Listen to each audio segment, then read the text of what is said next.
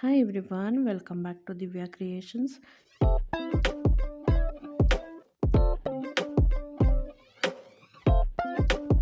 ಇವತ್ತೊಂದು ಈಸಿಯಾಗಿ ಒಂದು ಬ್ರೈಡಲ್ ಡಿಸೈನ್ ಹಾಕೋದು ಹೇಗೆ ಅಂತ ತೋರಿಸ್ತಾ ಇದ್ದೀನಿ.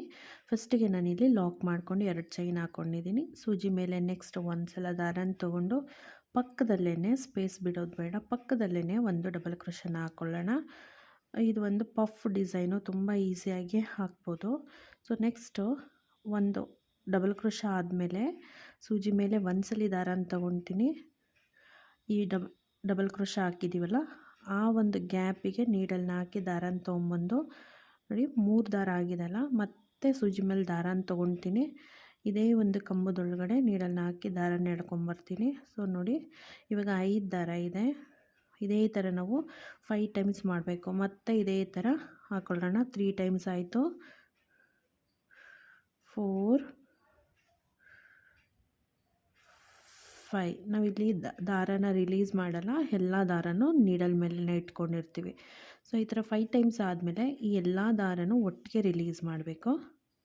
ಸೊ ನಿಧಾನಕ್ಕೆ ರಿಲೀಸ್ ಮಾಡೋಣ. ಈ ಥರ ರಿಲೀಸ್ ಆದಮೇಲೆ ಒಂದು ಚೈನ್ ಹಾಕ್ಕೊಳ್ಳೋಣ. ನೆಕ್ಸ್ಟು ಮತ್ತೆ ನಾವು ಸೂಜಿ ಮೇಲೆ ದಾರನ ತೊಗೊಂಡು ಸ್ವಲ್ಪ 1-2 ಚೈನ್ ಆಗುವಷ್ಟು ಸ್ಪೇಸ್ನ ಬಿಟ್ಟು ಇನ್ನೂ ಒಂದು ಡಬಲ್ ಕ್ರೋಶನ ಹಾಕ್ಕೊಳ್ಳೋಣ. ಸೊ ದಾರ 3 ಇದೆ ಇವಾಗ ನೋಡಿ. ಫಸ್ಟಿಗೆ 2 ದಾರನ ರಿಲೀಸ್ ಮಾಡ್ತೀನಿ, ನೆಕ್ಸ್ಟ್ ಇನ್ನು 2 ದಾರನ ರಿಲೀಸ್ ಮಾಡ್ತೀನಿ. ಸೊ ಇದು ಒಂದು ಡಬಲ್ ಕ್ರೋಶ ಆಯಿತು. ನಾವು 2 ಚೈನ್ ಹಾಕೊಳ್ಳೋ ನೆಸೆಸಿಟಿ ಇಲ್ಲ. ಸೊ ಇದಕ್ಕೇ ನಾವು ಪಫ್ ಡಿಸೈನ್ನ ಹಾಕ್ತಾ ಹೋಗಬೇಕು. ಇದಕ್ಕೆ ನಾನು 6 ಎಳೆ ದಾರನ ತೊಗೊಂಡಿದ್ದೀನಿ, ನೀಡಲ್ ನಂಬರ್ 10ನ ತೊಗೊಂಡಿದ್ದೀನಿ. 1 2 3 4 5 ಸಲ ಹಾಕ್ಕೊಂಡಿದ್ದೀನಿ. 5 ಸಲ ಆದಮೇಲೆ ಈ ಎಲ್ಲ ದಾರನೂ ಒಟ್ಟಿಗೆ ರಿಲೀಸ್ ಮಾಡ್ಕೊಬೇಕು. ನೋಡಿ ಈ ಥರ ರಿಲೀಸ್ ಮಾಡಿಕೊಂಡು ಒಂದು ಚೈನ್ನ ಹಾಕ್ಕೋಬೇಕು.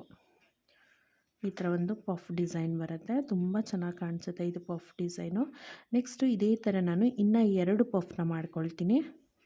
ನೋಡಿ 4 ಪಫ್ ಆಗಿದೆ. 4 ಪಫ್ ಆದಮೇಲೆ ಇವಾಗ 1 2 3 4 5 5 ಚೈನ್ ಹಾಕ್ಕೊಳ್ಳೋಣ. 5 ಚೈನ್ ಹಾಕ್ಕೊಂಡು ಡಿಸೈನ್ನ ಟರ್ನ್ ಮಾಡ್ಕೊಳ್ಳೋಣ. ಟರ್ನ್ ಮಾಡಿಕೊಂಡು ಇಲ್ಲಿ ಥರ್ಡ್ ಒಂದು ಈ ಒಂದು ಫೋರ್ತ್ ಪಫು ಮತ್ತು ಥರ್ಡ್ ಪಫ್ ಮಧ್ಯ ನಾವು ನೀಡಲ್ನ ಹಾಕಿ ದಾರನ ತೊಗೊಂಬಂದು ಒಂದು ಲಾಕ್ನ ಮಾಡ್ಕೊಳ್ಳೋಣ, ಒಂದು ಸಿಂಗಲ್ ಕ್ರೋಶ. ಸೊ ಮತ್ತೆ ಡಿಸೈನ್ನ ಸೀದಾ ಇಟ್ಕೊಳ್ಳೋಣ. ನೆಕ್ಸ್ಟು ಈ 5 ಚೈನ್ ಹಾಕಿದ್ದೀವಲ್ಲ, ಇದ್ರ ಒಳಗಡೆ ನಾವು ಸಿಂಗಲ್ ಕ್ರೋಶನ ಹಾಕ್ತಾ ಹೋಗಬೇಕು. ಮತ್ತು ನಾನು ಇಲ್ಲಿ ನೋಡಿ ಸೂಜಿನ ಈ ಲೂಪ್ ಒಳಗಡೆ ಹಾಕಿ ನೀಡಲಿಂದ ದಾರನ ವಾಪಸ್ ತೊಗೊಂಬಂದರೆ 2 ದಾರ ಬರುತ್ತೆ. 2 ದಾರನೂ ಒಟ್ಟಿಗೆ ರಿಲೀಸ್ ಮಾಡೋದು. ಇದೇ ಥರ ನಾವು 8 ಸಿಂಗಲ್ ಕ್ರೋಶನ ಹಾಕ್ಕೋಬೇಕು. ಸೊ ಆಲ್ರೆಡಿ ಹಾಕಿದ್ದೀನಿ ನೋಡಿ. 1 2 3 4th ಪಫ್ ಮೇಲೆ ಈ ಥರ ಒಂದು ಹಾರ್ಚ್ ಥರ ಬರಬೇಕು. ಅಗೇನ್ ಇಲ್ಲೂ ಅಷ್ಟೇ 1 2 3 4 4th ಪಫ್ ಮೇಲೆ ಹಾರ್ಚ್ ಥರ ಬರುತ್ತೆ. 8 ಸಿಂಗಲ್ ಕ್ರೋಶ ಹಾಕ್ಕೋಬೇಕು. ನೋಡಿ 8 ಸಿಂಗಲ್ ಕ್ರೋಶ ಆದಮೇಲೆ ಸೂಜಿ ಮೇಲೆ ಒಂದ್ಸಲಿ ದಾರನ ತೊಗೊಳ್ಳೋಣ. ತೊಗೊಂಡು ನೆಕ್ಸ್ಟ್ ಪಕ್ಕದಲ್ಲೇ 2 ಚೈನ್ ಆಗುವಷ್ಟು ಸ್ಪೇಸ್ನ ಬಿಟ್ಟು ನಾವು ಇನ್ನೂ ಒಂದು ಡಬಲ್ ಕ್ರೋಶನ ಹಾಕ್ಕೋಬೇಕು. ಸೊ ಡಿಸೈನ್ ಹೀಗೆ ಕಂಟಿನ್ಯೂ ಆಗುತ್ತೆ. ಮತ್ತು ನಾನು ಸೂಜಿ ಮೇಲೆ ದಾರನ ತೊಗೊಂಡು ಇದ್ರೊಳಗಡೆ ಪಫ್ ಡಿಸೈನ್ನ ಹಾಕ್ತಾ ಹೋಗಬೇಕು. ಸೊ ಮುಂಚೆ ನಾವು ಹಾಕಿದ್ದೀವಲ್ಲ ಅದೇ ಥರನೇ 5 ಟೈಮ್ಸ್ ನಾವು ಈ ಥರ ಸೂಜಿ ಮೇಲೆ ದಾರನ ತೊಗೊಬೇಕು.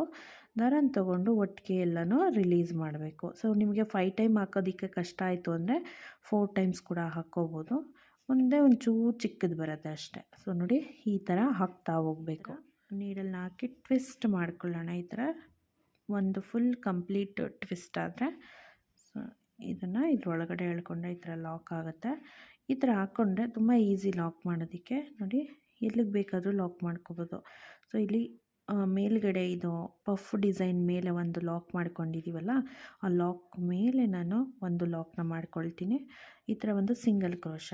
ನಾನಿವಾಗ 1 2 3 4 4 ಚೈನ್ ಹಾಕ್ಕೊಂಡು ಈ ನೆಕ್ಸ್ಟ್ ಒಂದು ಪಫ್ ಮೇಲೆ ಲಾಕ್ ಮಾಡ್ಕೊಳ್ತೀನಿ.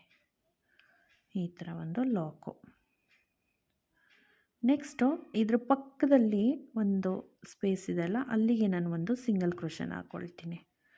ಮತ್ತು ಇವಾಗ ನಾನು ಸೂಜಿ ಮೇಲೆ ದಾರನ ತೊಗೊಂಡು ಈ ಒಂದು ಸಿಂಗಲ್ ಕ್ರೋಶ ಹಾಕಿದ್ದೀವಲ್ಲ, ಫಸ್ಟು ಸಿಂಗಲ್ ಕ್ರೋಶ ಮೇಲೆ ನಾನು ನೀಡಲ್ನ ಹಾಕಿ ದಾರನ ತೊಗೊಂಬಂದು ನೋಡಿ ದಾರ 3 ಇದೆ. ಫಸ್ಟಿಗೆ ಒಂದು ಎರಡನ್ನ ಒಂದು ಮಾಡೋಣ. ನೆಕ್ಸ್ಟು ಇನ್ನೆರಡು ದಾರನ ಒಂದು ಮಾಡೋಣ. ಇದೇ ಥರ 1 2 3 4.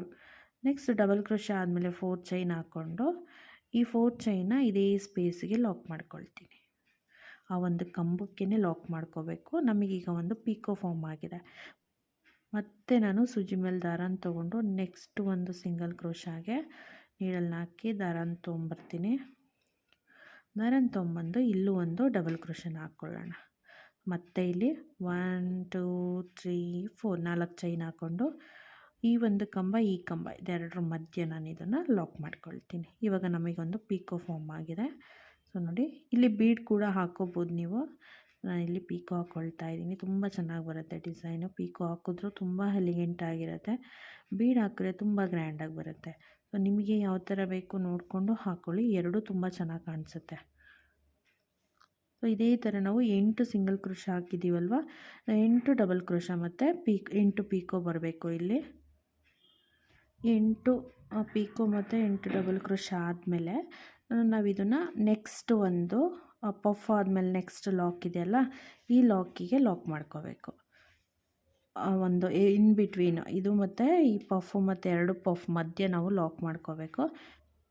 ನೆಕ್ಸ್ಟು ನೋಡಿ, ಈ ಥರ ಲಾಕ್ ಆದಮೇಲೆ ನಾವಿಲ್ಲಿ ಲಾಕ್ ಆಯ್ತಲ್ವಾ, ಲಾಕ್ ಆದಮೇಲೆ 1 2 3 4 4 ಚೈನ್ ಹಾಕ್ಕೊಂಡು ನೆಕ್ಸ್ಟ್ ಪಫ್ ಗ್ಯಾಪಿಗೆ ನಾನು ಲಾಕ್ ಮಾಡ್ಕೊಳ್ತೀನಿ. ಈ ಥರ ಲಾಕ್ ಆದಮೇಲೆ ಸೂಜಿ ಮೇಲೆ ಒಂದ್ಸಲಿ ದಾರನ ತೊಗೊಂಡು ಈ ಒಂದು ಸಿಂಗಲ್ ಕ್ರೋಶ ಇದೆಯಲ್ಲ, ಈ ಸಿಂಗಲ್ ಕ್ರೋಶ ಮೇಲೆ ನೀಡಲ್ನ ಹಾಕಿ ದಾರನ ತೊಗೊಂಬಂದು ಇದೇ ಥರ 8 ಡಬಲ್ ಕ್ರೋಶ ಮತ್ತು 8 ಪಿಕೋನ ಹಾಕ್ತಾ ಹೋಗಬೇಕು. ನೀವು ಇಲ್ಲಿ 4 ಚೈನ್ ಬದಲಿಗೆ 3 ಚೈನ್ ಕೂಡ ಹಾಕ್ಕೋಬೋದು. ಸೊ ನೋಡಿ, ಈ ಥರ ಬರುತ್ತೆ ಡಿಸೈನು. ನೋಡಿ, ಈ ಥರ ನಾವು ಇದ್ರ ಮೇಲೆ ಡಬಲ್ ಕ್ರೋಶನ ಕಂಟಿನ್ಯೂ ಮಾಡ್ತಾ ಹೋಗಬೇಕು. ಸೊ ಕಂಪ್ಲೀಟ್ ಮಾಡಿ ನಾನು ಫೈನಲ್ ಲುಕ್ನ ತೋರಿಸ್ತೀನಿ ಹೇಗೆ ಕಾಣಿಸುತ್ತೆ ಅಂತೇಳಿ. ನೋಡಿ, ಫೈನಲ್ ಲುಕ್ಕು ಎಷ್ಟು ಬ್ಯೂಟಿಫುಲ್ ಆಗಿದೆ. ತುಂಬ ಗ್ರ್ಯಾಂಡಾಗಿ ಕಾಣಿಸ್ತಿದೆ.